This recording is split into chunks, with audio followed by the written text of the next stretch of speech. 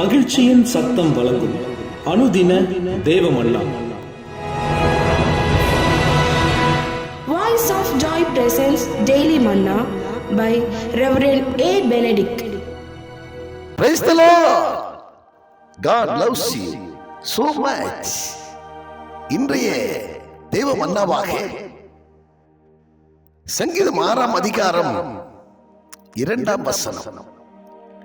என்மேல் இரக்கமாயிரும் கர்த்தாவே, நான் பலனற்று போனேன், என்னை குணமாக்கும் கர்த்தாவே, என் எலும்புகள் நடுங்குகிறது. இன்றைய மன்னாவின் தலைப்பு, அவர் தம்முடைய இரக்கத்தினால் நம்மை குணமாக்குகிறார். அவர் தம்முடைய இரக்கத்தினால் நம்மை குணமாக்குகிறார். ஆம், நம்மை பூரண சுகத்துக்கு நேராக நடத்துகிறவர் நம் கர்த்தர் ஒருவர் தான். மருத்துவர்கள் கொடுக்கிறதானே சுகம் அது நிரந்தரமானது அல்ல. ஆனால் மகிமையின் தேவன் நமக்காய் கொடுக்கிற சுகம் அது நிலையானதாயிருக்கிறது, நிரந்தரமானதாயிருக்கிறது. கர்த்தர் நமக்கு பூரண சுகத்தை தருகிறவராயிருக்கிறார். நம்முடைய சரீரத்தின் உள் உறுப்புகள் ஒவ்வொன்றையும் அவர் நமக்குள்ளே வைத்தவராய் இருக்கிறபடியால் அந்த எந்தெந்த பகுதிகள் பிரச்சனையா இருக்கிறதோ, எந்தெந்த பகுதிகள் பழுதடைந்து போயிருக்கிறதோ, அந்தந்த பகுதிகளிலே கர்த்தருடைய குணமாக்க வல்லமை இறங்கும் போது அதனாலே வீழ்ச்சி உண்டாகிறது, சுகம் உண்டாகிறது. அவர் நம்மை பூரண குணமாக்குகிற தேவனாக இருக்கிறார், தேவனாக இருக்கிறார். எனவேதான் எனக்கு அன்பான தேவச்சனமே, அவருடைய இரக்கம் பெரிதாயிருக்கிறது. அவருடைய இரக்கத்திற்கு முடிவே இல்லை என்று சொல்லி வேதம் சொல்லுகிறது. புலம்பல் 3ஆம் அதிகாரத்திலே 22ஆம் வசனம், காலைதோறும் அவருடைய கிருபை புதிதாக இருக்கிறது, அவருடைய இரக்கங்களுக்கு முடிவே இல்லை என்று சொல்லி நாம் பார்க்கிறோம். ஆமாம், அவருடைய இரக்கத்தை சிநேகிக்க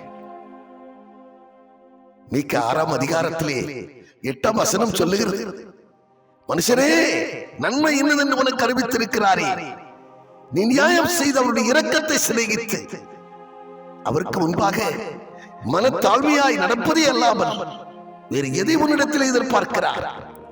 பணத்தை கேட்டாரா அல்லது செல்வத்தை கேட்டாரா? நீ சேர்த்து வைத்த உன் செல்வத்தை கேட்டாரா? எனக்கு அன்பான தேவச்சனமே, அவருடைய இரக்கத்தை சிநேகியுங்கள், அவருக்கு முன்பாக மனத்தாழ்மையாய் நடந்து கொள்ளுங்கள். அதைத்தான் அவர் நம்மிடத்திலே எதிர்பார்க்கிறார், அதைத்தான் அவர் நாடி வருகிறார். ஆமாம், அவர் இரக்கமை உருவானவராய் இருக்கிறபடினாலே நம்மிடத்திலும் அப்படிப்பட்ட குணம் இருக்க வேண்டும் என்று அவர் எதிர்பார்க்கிறார். இரக்கம் உள்ளவர்கள் பாக்கியவான்கள், அவர்கள் இரக்கம் பெறுவார்கள் என்று வார்த்தை சொல்லுகிறது. அது மட்டுமல்ல, அவருடைய இரக்கத்தை பெறுவதற்கு, அவருடைய இரக்கத்தினாலே நாம் குணமாவதற்கு, ஆவி ஆத்தும சரீரத்திலே குணமாவதற்கு வேதம் சொல்லுகிறது, பாவங்களை மறைக்கிறவன் வாழ்வுடைய மாட்டான், அவைகளை அறிக்கை செய்து விட்டுவிடுகிறவன் தேவனுடைய இரக்கத்தை பெறுகிறான் என்று நீதிமொழிகள் 28ஆம் அதிகாரத்திலே 13ஆம் வசனம் சொல்லுகிறது. மனிதனுக்கு ஒருவேளை நீ உன் மீறுதல்களை, நீ உன் பாவங்களை நீ மறைத்திருக்கலாம், நீ ஒளித்திருக்கலாம், நீ செய்த அந்தரங்கத்திலே செய்த காரியங்கள் மனிதனுக்கு தெரியப்படுத்தாவிட்டாலும் உன்னை படைத்த ஆண்டவரிடத்திலே ஒன்று மறைக்காமல் ஒளிக்காமல் இந்த தாவீதை போல உங்களை வெளிப்படுத்துங்கள். அறிக்கை செய்து விட்டுவிடுங்கள். தேவனுடைய இரக்கத்தை பெறுவீர்கள். கிழக்குக்கும் மேற்குக்கும் உள்ள தூரம் போல அவர் இரக்கம் பெரிதா இருக்கிறது. மனம் இறங்குகிற தேவனாய் இருக்கிறார். இமைப்பொழுது நம்மை கைவிட்டாலும் அவர் தம்முடைய உருக்கமான இரக்கத்தின் நிமித்தம் நம்மை சேர்த்துக் கொள்கிறார். அற்ப காலம் உண்டு கோபத்தின் நிமித்தம் தம்முடைய முகத்தை இமைப்பொழுது மறைத்தாலும் நித்திய கிருபையுடன் நமக்கு இறங்குகிற சர்வ வல்லமை உள்ள தேவனாய் இருக்கிறார். இரக்கத்தை பெறுவதற்கு உன்னுடைய பாவங்களை அறிக்கை செய்து விட்டுவிடுங்கள். மனம் இறங்குவார். நித்திய கிருபையுடன் உனக்கு இறங்குவார். பிறரிடத்திலே அவன் நம்மிடத்திலே இறங்குகிறது போல, அவன் நம்மிடத்திலே அன்பா இருக்கிறது போல, அவர் நம்முடைய குற்றங்களை மன்னிக்கிறது போல நாமும்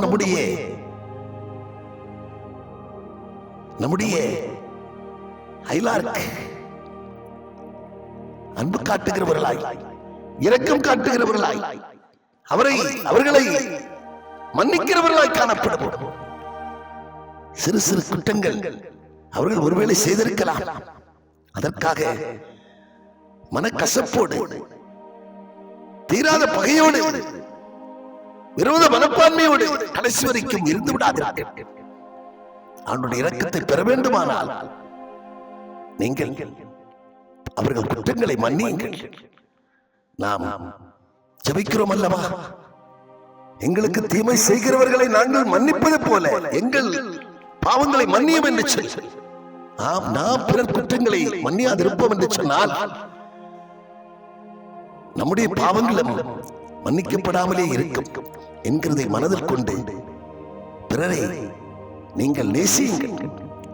பிறர் செய்த குற்றங்களை மன்னியுங்கள். பிறரிடத்திலே அன்பு கூறுங்கள். உங்களை நேசிப்பதை போல பிறரை நேசியுங்கள்.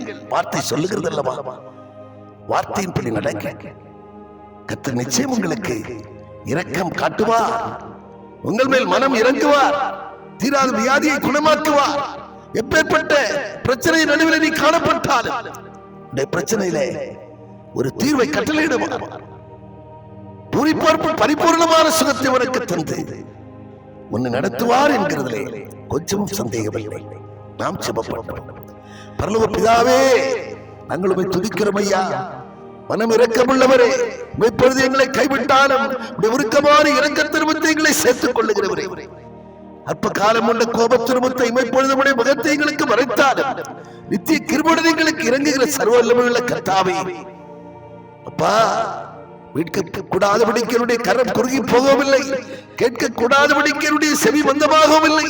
உங்களுடைய பாவங்களே, உங்கள் மீறுதல்களே நான் உங்களுக்கு செவி கொடுக்க முடியாதபடிக்கு பிரிவினை ஏற்படுத்துகிறது என்று உங்களுடைய வார்த்தையில நாங்கள் வாசிக்கிறோமே.